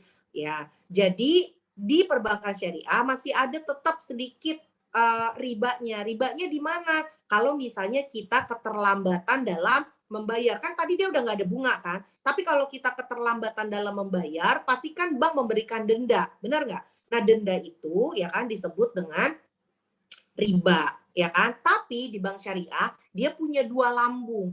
Ada lambung yang memang dimasukkan dalam keuntungan, ada lambung yang memang dipisahkan dananya sendiri, dana-dana yang riba itu. Jadi untuk disalurkan ke CSR, untuk disalurkan benerin jembatan, terus udah gitu toilet apa umum segala macam gitu ya. Tapi dia tidak mencampurkan bahwa yang dana-dana dendanya itu sebagai suatu keuntungan. Bedanya dengan bank konvensional, ya bunga, ya denda, segala macam semuanya masuk dalam satu keuntungan. Makanya balik lagi ke mental, ya. Ini balik lagi ke mental. Jadi bagaimana mental kita kalau misalnya itu bukan menjadi sebuah kebutuhan, ya, hanya sekedar keinginan, hawa nafsu gitu ya, maka jangan memudah-mudahkan diri gitu ya untuk melakukan kredit. Karena yang dikhawatirkan ya kan, ketika misalnya kredit itu berjalan, kemudian kita nggak pernah tahu, kan namanya orang tiap bulan ke bulan kita nggak ada yang tahu rezekinya, ya kan? Ya terus aja bermunajat pada Allah Subhanahu Wa Taala. Ketika pas rizkinya lagi nggak ada, kemudian terkena denda, misalnya gitu kan, terkena denda, ya pasti kita masuk dalam kategori riba tersebut, gitu ya. Jadi akhirnya dibalikin lagi dulu ke diri kita. Misalnya kita butuhnya motor, kita nabung dulu, gitu ya. Dan itu sudah Ibu aplikasikan. Kita nabung dulu gitu ya. Ketika misalnya kita nabung, oh iya butuhnya untuk apa? Butuhnya untuk dari sini ke kampus misalnya. Ya kan banyak motor-motor yang dijual second misalnya ya kan? Atau motor-motor dicari orang yang memang jual butuh yang sesuai aja dengan budgetnya, daripada kita harus memaksakan diri gitu kan, maunya Ninja Kawasaki yang akhirnya terbentur dengan yang namanya kredit, kemudian ada dendanya. Tapi lebih baik di bank syariah kalau kita mau melakukan hal tersebut, maksudnya melakukan baik murabahah itu, jual beli murabahah di bank syariah gitu ya. Tapi ya harus dipahami itu tadi bahwa kalau misalnya saya udah paham nih terhadap diri saya kalau sama segala sesuatu bertanggung jawab apapun yang terjadi, ya diusahakan jangan sampai terkena denda riba. Kalau memang itu kebutuhan yang sangat dan luar biasa, kalau nggak ada itu akhirnya rusak kemaslahatan, ya silakan aja gitu ya. Contoh kecil, ketika dulu Ibu ya pada saat itu, karena memang yang namanya hutang piutang itu kan mau nggak mau kan kita berhutang kepada ke bank gitu kan ya. Hutang piutang ini bukan kasus bank syariah ya, ini bank konvensional. Hutang piutang pada saat itu gitu ya, mau beli mobil pada saat itu karena memang berpikirnya sudah punya anak ya, dan agak sulit kalau misalnya menggunakan motor, akhirnya mencoba mau membeli mobil. Dan cara kita pada saat itu Ibu belum kenal yang namanya ekonomi Islam. Makanya akal itu yang Allah perintahkan tuh untuk mencari tahu gitu ya. Nah, kemudian Ibu butuh, akhirnya mobil tersebut Ibu dapatkan dengan mudah, kemudian cicilannya itu luar biasa gitu ya. Karena kita nggak tahu yang namanya kehidupan suami itu per bulannya itu seperti apa.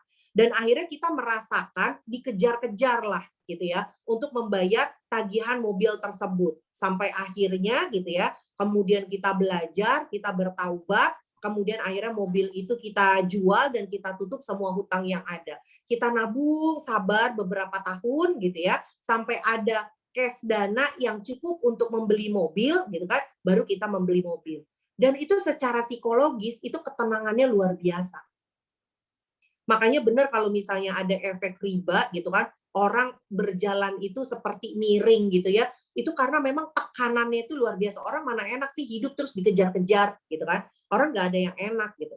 Tapi ketika pas kita punya dana sekian, kemudian kita bisa beli cash, itu akan lebih alhamdulillah gitu ya. Terus Allah lihat, wah prosesnya ini ternyata anak ini amanah misalnya. Akhirnya Allah tambahin lagi rizkinya, dimudahin usahanya, dimudahin pekerjaannya, tambah lagi hartanya, akhirnya bisa beli lagi motor secara cash. Terus udah gitu bersyukur lagi karena proses dan caranya benar, tambah lagi sama Allah, tambah lagi. Pokoknya kita hidup itu harus ngikutin GPS gitu ya, dan kita yakin dengan ketentuan Allah. Pasti kalau takdirnya kita punya motor, pasti akan punya motor. Pasti kalau kita takdirnya punya rumah, pasti akan punya rumah. Tapi tetap kita usaha. Bukan cuma pasti takdir dapat, tapi diem aja di rumah. Ya nggak bisa juga, gitu kan. Tadi prosesnya kayak si cicak. Diam-diam merayap. Gerak aja dulu, nyamuk terbang kemana ikut gerak. Nyamuk laron pergi kemana ikut gerak. Udah sampai dia jatuh ke lantai, dia kejar, terbang lagi laron ke atas. Ya kan? Tapi dapat nggak rizki? Ada nggak tiba-tiba yang kasus cicak kematian mendadak secara massal karena dia nggak bisa dapat makanan? Nggak ada, karena memang sudah ada patokan rizkinya dari Allah. Itu cicak loh yang diatur rizkinya. Gimana kita yang punya akal gitu ya, kemudian kita nggak yakin dengan rizki yang akan Allah berikan, ya sedih banget gitu ya, maka nggak dapet tuh nikmat keislaman yang ada di dalam diri kita. Itu yang pertama, yang tadi penjelasan dari baik murabahah di perbankan syariah ya untuk kazahir. Kemudian pertanyaan yang kedua mengenai gimana sih caranya untuk finansial, gimana ngatur keuangan gitu ya supaya kita nih yang muda-muda bisa paham. Itu tadi kan kalau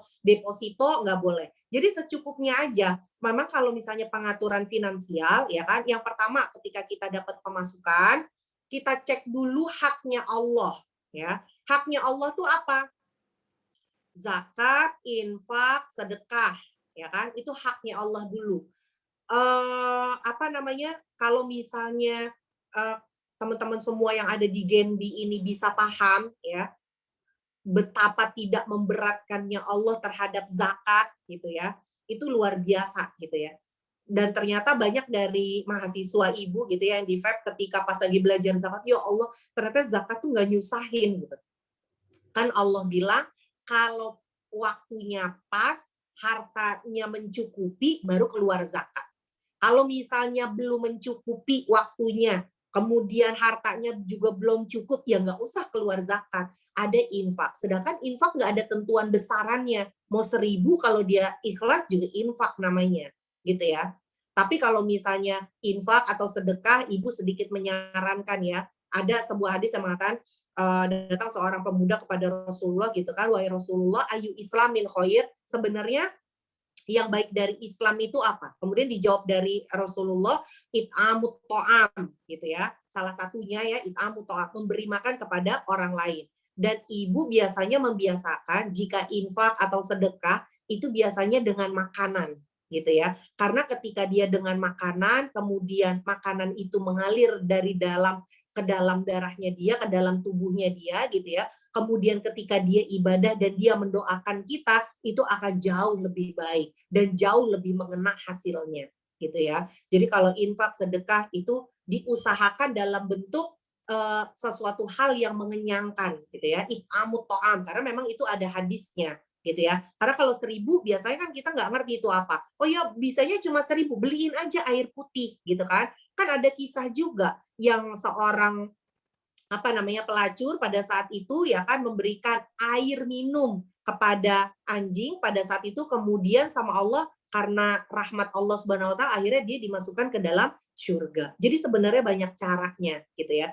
Kemudian tadi ya haknya Allah diutamakan. Ketika hak Allah sudah dikeluarkan, misalnya dapat pemasukan 3 juta misalnya. Kalau anak-anak muda zaman sekarang kan misalnya usaha kecil-kecilan misalnya 3 juta sampai 5 juta misalnya.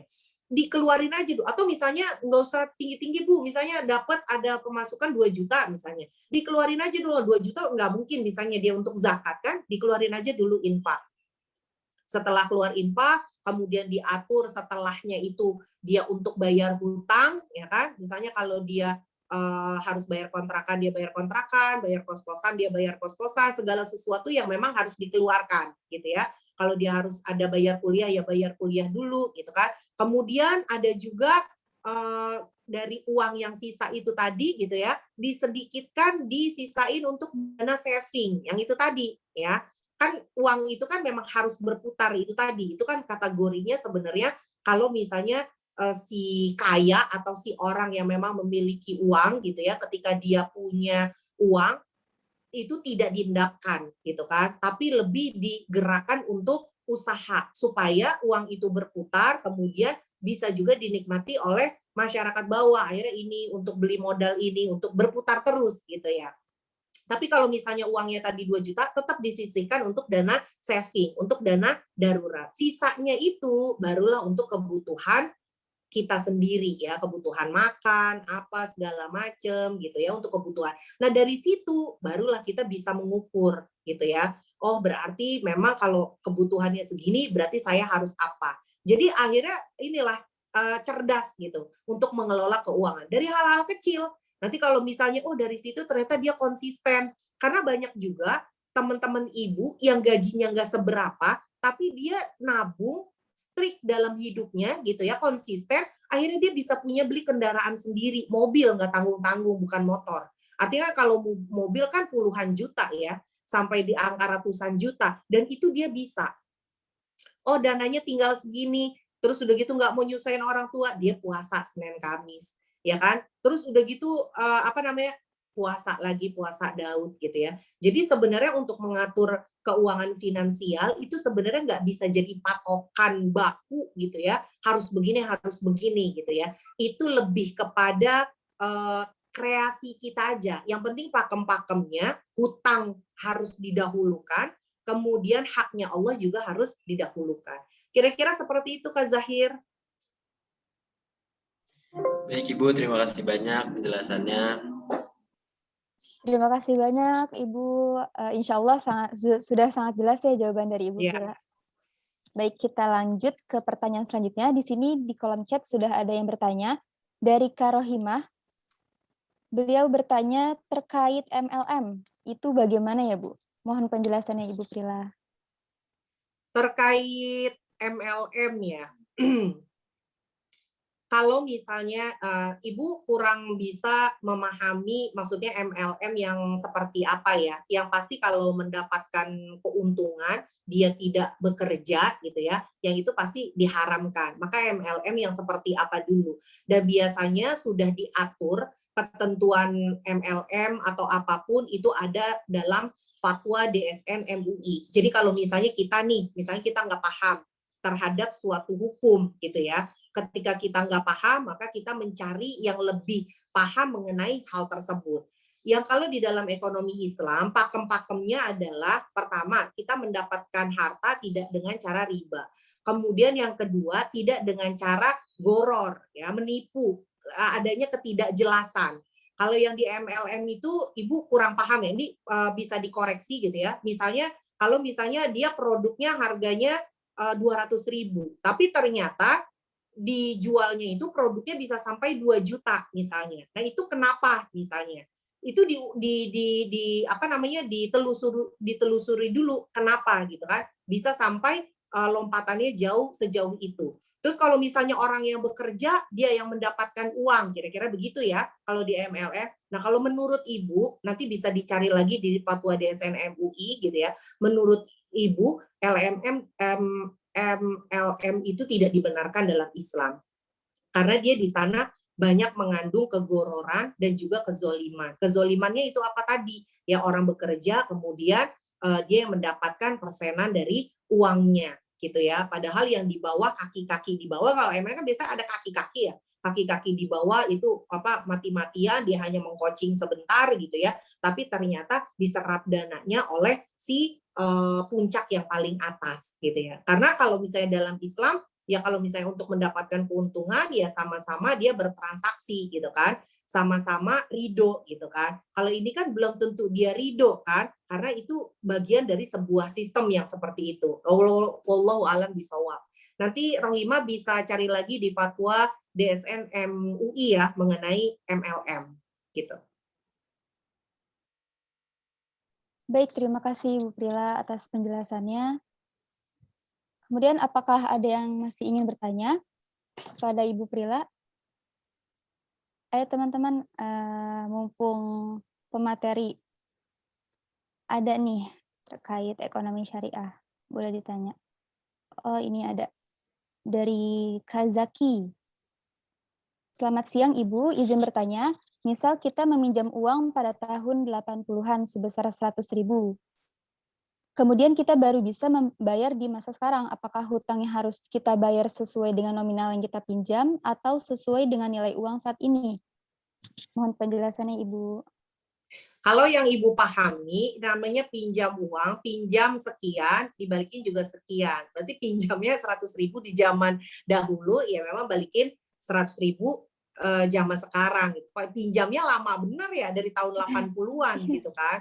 Makanya kenapa di dalam uang itu ada riba nasiah, ya kenapa di dalam uang itu ada riba nasiah gitu. Misalnya kita tuker uang, ya kan. Tuker uang, 100.000 misalnya jadi 100.000 misalnya jadi 20 ribuan tapi recehan gitu ya. Tapi ditukernya itu udah beda hari misalnya. Udah beda hari, seminggu kemudian misalnya. Walaupun nggak ada penambahan, itu tetap terkena riba, namanya riba nasiah, riba waktu namanya, gitu ya. Makanya kalau misalnya kita pinjam uang segitu, ya memang harus balikinnya segitu. Karena yang harus dipahami ya, dalam hal pinjam meminjam, kita sebagai seorang muslim jangan punya mental gampang pinjam uang, gitu ya. Harus punya harga diri lah. Kalau mau punya sesuatu, usaha dulu gitu ya. Usaha dulu gitu ya. Dengan kerja keras kita, dengan usaha kita gitu kan. Kalau mentok gitu kan, baru boleh meminta bantuan. Kadang orang apa-apa dikit-dikit pinjam, apa-apa dikit-dikit pinjam gitu kan. Akhirnya nanti jadi kesusahan di belakangnya. Kira-kira seperti itu. Nanti kalau misalnya ada kesalahan dari Ibu, mohon dikoreksi ya. Terima kasih banyak.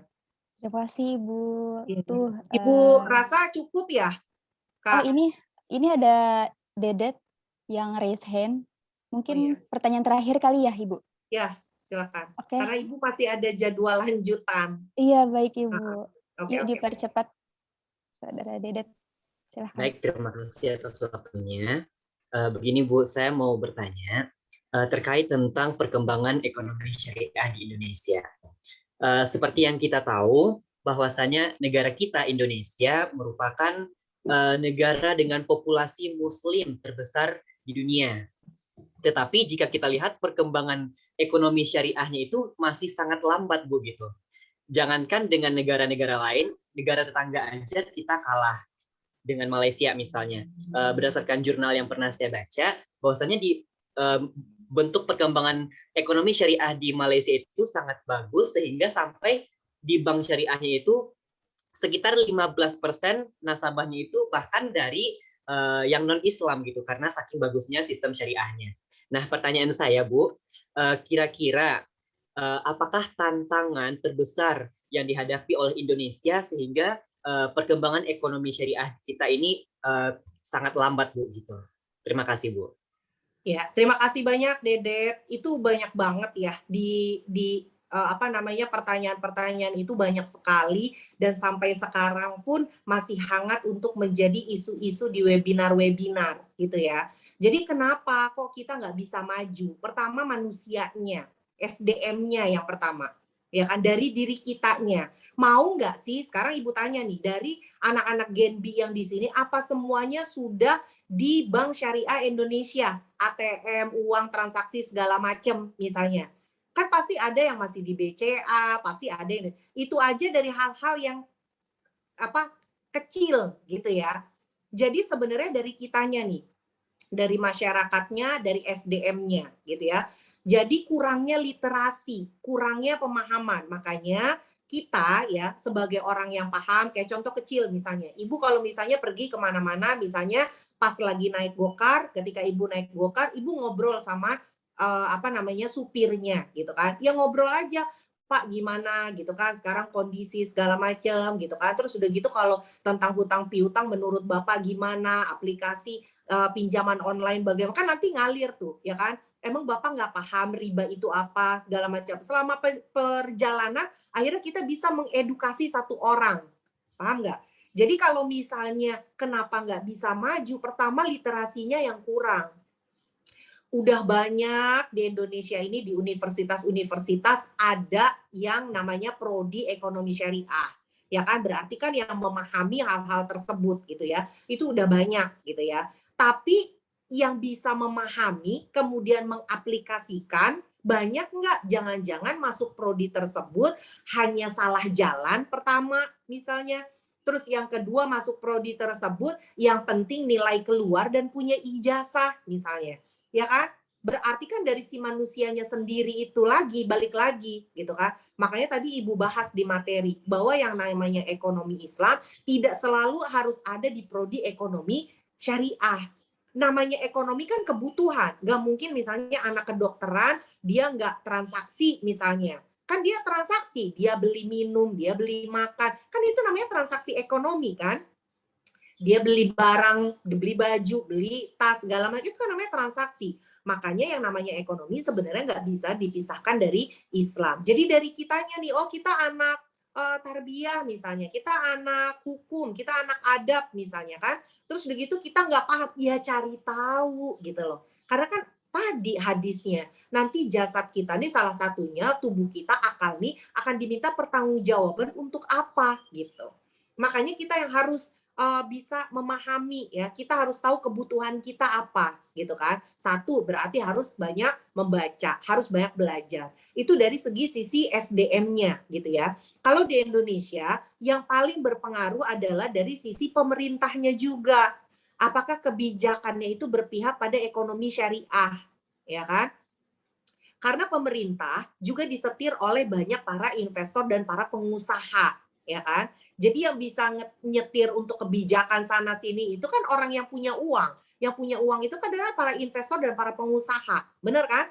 Nah kalau misalnya dia maunya begini, dia maunya begini. Kalau nggak mau begini, saya nggak ambil proyek ini. Kalau nggak bisa begini, nanti saya yang mendukung kamu untuk jabatan kamu sekian tahun. Kalau kamu nggak, berarti nanti ya macam-macam lah. Ada yang apa namanya dibalik apa namanya tanpa dibalik kertas hitam putihnya gitu, ada kesepakatan-kesepakatan di antara mereka gitu kan. Makanya memang kalau misalnya mau diterapkan ekonomi Islam atau ekonomi syariah, pertama dari SDM-nya, ya kan? Niatnya dulu, ya kan? Benar atau enggak. Kemudian yang kedua, ketika dari diri kita, lingkungan terdekat, teman-teman, masyarakat, ya kan? Ya akhirnya nanti bisa mendorong sampai pada kebijakan pemerintah gitu loh. Jadi memang harus ada support juga dari pemerintah untuk supaya negara apa namanya ekonomi syariah ini bisa maju pesat gitu kan. Tapi kalau misalnya dari bawah ya kan sudah menekan untuk supaya bergerak ekonomi syariah tapi dari atasnya juga tidak ada, ya akan sulit juga. Tapi bukan berarti menyerah ya. Karena setiap segala sesuatu hal yang baik diperjuangkan itu diperhitungkan pahalanya oleh Allah Subhanahu wa taala. Kalau kayak ibu misalnya mampunya memberikan informasi kepada mahasiswa, ya diberikan informasi. Ibu mampunya terhadap apa namanya terhadap misalnya ngobrol dengan masyarakat mengenai ekonomi syariah, yaitu mampunya ibu. Jadi segala kemungkinan sekecil pun ya kan itu tetap dijalanin. Untuk apa? Untuk nambah wawasan orang yang kita ajak ngobrol. Untuk bisa dia juga paham, ya Allah ternyata begitu ya Bu riba. Misalnya di ojek juga begitu atau lagi belanja di pasar juga ngomong kayak begitu gitu kan. Jadi kayak gitu ya Bu. Jadi saya harus apa? Jadi karena memang banyak orang yang nggak paham. Kecuali kalau misalnya kayak ibu dulu gitu kan, udah paham. Nggak mungkin ibu ngambil mobil dengan cara pinjam uang dengan bank konvensional. Karena ibu nggak paham. Jadi taunya ibu begitu. Cara untuk bisa mendapatkan mobil gitu kan. Tapi ternyata pas belajar ya kan, pas ibu banyak membaca, pas belajar, pas tahu gitu kan, oh ternyata cara itu salah gitu. Artinya memang harus terus dari SDM kita ini di Indonesia harus terus diliterasi, tidak hanya tulisan pada jurnal. Udahlah aplikasi aja gitu loh. Dari diri kita, tipenya apa nih gitu kan. Oh tipenya suka ngomong, ya dimanapun ya itu menyebarkan untuk yang memahami mengenai ekonomi Islam, mau ngapain, orang bukan anak ekonomi kok gitu kan, itu tugasnya anak ekonomi, ya salah. Karena yang namanya ekonomi Islam itu ya miliknya seorang muslim gitu Dede. Kira-kira seperti itu ya. Semoga bisa dipahami. Baik Ibu, terima kasih banyak Bu atas jawabannya. Sama-sama.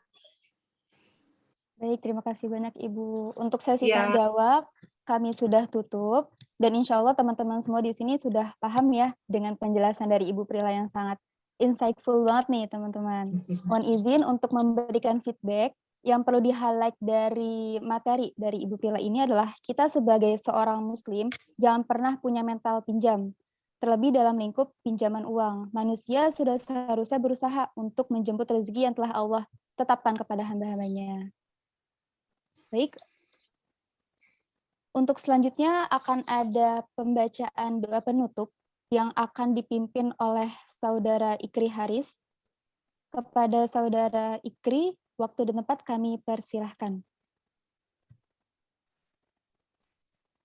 Assalamualaikum warahmatullahi wabarakatuh. Sebelum kita akhiri, mari kita tundukkan kepala dan mengangkat kedua tangan kita memohon ampunan kepada Allah Subhanahu wa taala. Astagfirullahaladzim, astagfirullahaladzim, astagfirullahaladzim. Allahumma shalli wa sallim wa barik ala sayyidina Muhammad wal akhirin. Wassalam wa radiyallahu ta'ala kulli sahabati rasulillahi ajma'in. Amin. Allahumma shalli ala sayyidina Muhammadin wa ala alihi wa sallim. Salatan tunjina biha min jamil ahwal wal afat wa taqbilana biha min jami'il hajat wa tutahhiruna sayiat wa tarfa'ulana. Mohon maaf untuk suaranya mungkin kurang jelas. Wa tuballighuna biha aqsal bayat min jamil khairati fil hayati wa ba'dal mamat. Allahumma ja'al jam'ana hadha jam'an marhuman wa tafarruqana min ba'dihi tafarruqan ma'suman wa la taj'al fina wala minna saqiyan wala marhuman. Allahumma inna na'udzubika minal hammi wal khuzni wa na'udzubika minal ajzi wal kasali wa na'udzubika minal jubni wal bukhli wa na'udzubika min ghalabatid daini wa qahrir rijal. Allahumma inna nas'aluka an tarzuqana rizqan halalan wasi'an thayyiban min ghairi taba'i wala masyaqqati wala dhairi wala nasabin innaka ala kulli syai'in qadir. Allahumma ya ghani ya hamid ya mubdi ya mu'id ya rahim ya wadud aghnina bihalalika an haramika waqfina bifadlika amman siwaka ya wasi'al maghfirah. Wassallallahu ala sayyidina Muhammadin wa ala alihi wa sahbihi wa sallam walhamdulillahi rabbil alamin. Assalamualaikum warahmatullahi wabarakatuh. Waalaikumsalam warahmatullahi wabarakatuh. Amin, amin, ya rabbal alamin. Terima kasih kepada Saudara Ikri Haris. Acara selanjutnya akan ada penyerahan sertifikat yang akan diserahkan oleh Saudari Ajeng Pribadi selaku Ketua Pelaksana dari Genbi Mengaji Vol 3. Kepada Ajeng, waktu dan tempat kami persilahkan.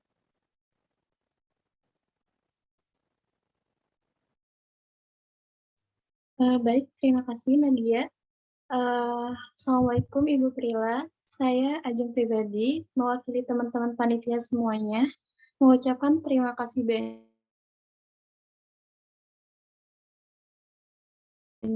karena Ibu sudah meluangkan waktu serta memberikan materi yang luar biasa ini. Tentunya semoga bermanfaat untuk teman-teman yang sudah bergabung pada hari ini, dan sehat selalu untuk Ibu. Terima kasih banyak, Bu.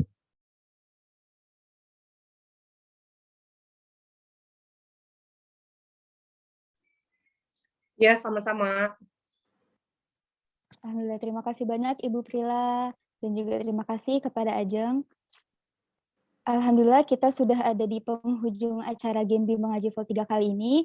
Terima kasih banyak kepada teman-teman semua yang telah berpartisipasi aktif dan juga interaktif selama acara ini berlangsung. Semoga silaturahmi kita tetap terjaga ya, walaupun jarak memisahkan kita. Saya selaku Master of Ceremony, mohon maaf apabila ada kata-kata yang kurang berkenan dan pamit untuk undur diri. Selamat siang dan selamat beristirahat. Terima kasih. Wallahu muwaffiq ila aqwamit thoriq. Wassalamualaikum warahmatullahi wabarakatuh. Waalaikumsalam warahmatullahi Waalaikumsalam Terima kasih warahmatullahi banyak ya Kasih. semuanya. Terima Izin kasih banyak brief. Ibu. Iya. Terima kasih banyak Ibu. Terima kasih banyak Terima kasih Ibu. banyak Terima Ibu. kasih banyak teman-teman. Sampai jumpa di acara Genbi semuanya. lainnya ya. Terima kasih. Terima kasih